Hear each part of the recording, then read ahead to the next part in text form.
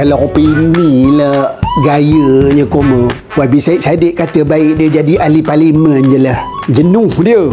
Banyak benar ritiknya nak menjayakan satu persembahan tarian bersempena dengan Pesta Keamatan dan juga Hari Gawai. Nasib baik ada Bella katanya setia bersamanya sepanjang penggembaran tersebut, dan dia bimbinglah YB Syed Saddiq ni macam mana cara nak menari supaya tak kaku. Tumpah Koma. Kalau teman-teman bukan nak berdoa, teman tak reti langsung dalam bab-bab menari ni. Jadi bila kita tengok engkaunya YB Syed Saddiq ni berbakat orangnya. Kalau tidak sebelum ni kalau kita tengok dalam parlimen garang orangnya. Tapi sejak dia bersama dengan Bella ni, baru kita nampak karakter YB Syed Saddiq ni kelolo orangnya. Macam-macam yang dibuat dia demo ni. Kalau kita tengoklah demo menari tu, tambah kalau tak pakai kasut pula, kan risau apa, takut masuk dek tunggu.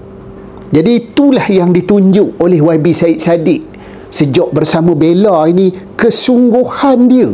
Apa saja cabaran yang diberi dek Bella, dia sahut. Lepas tu dia tunjukkan kesungguhan dia untuk buat memenuhi tahap yang sepatutnya. Itu dia Koma. Itu yang benda ni jadi fenomena. Kalau teman lah suruh dia Bella menari, tak bula teman. Bab menari inilah yang teman lemah sangat.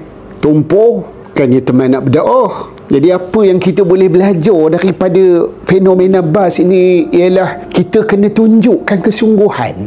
Jadi diharapkan demo ni akan menjadi contoh. Contoh sesuatu yang baik.